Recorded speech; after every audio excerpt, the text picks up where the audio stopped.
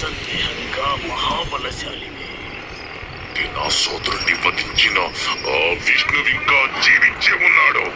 విష్ణువుతో పోరాడాలంటే నువ్వు బ్రహ్మదేవాయ నమః. హిరణ్యకశిప, కోరుకో. నీకే వరం కావాలో కోరుకో. అన్నీ కావాలి. ఓ బ్రహ్మదేవా, నాకు వరం ఇవ్వండి. ఈ సృష్టిలో మీచే సృష్టించబడిన ఏ జీవి వల్ల నాకు మరణం సంభవించకూడదు. నా మరణం పగలు కాని రాత్రి కాని, నా మరణం గృహం లోపల కాని గృహం వెలుపల కాని, అస్త్ర శస్త్రాల వల్ల కాని, జీవ చేత కాని.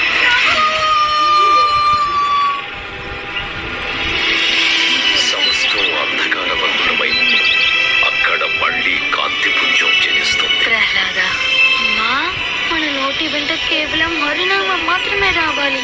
నిండు మనసులో ఆయన శరణాగతిని కోరాలి. ఆ నామం మాత్రమే అందరికీ ముక్తినిస్తుంది. ఆ విష్ణువుని విడనాడు. నేను భగవాన్ విష్ణువుని ఎప్పటికీ శత్రువుగా చూడలేను. భగవంతుడిని మరచిపో.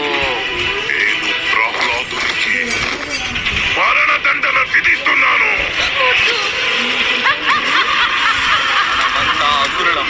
ఇటువంటి పిచ్చి ఆటలు గురుకులంలో ఆడకూడదు. ఆయన ఎలా కోరుకుంటే అలా నాతో వ్యవహరించగలరు. ఎందుకంటే ఆయన ప్రతి పరిస్థితుల్లోనూ నా స్వామి.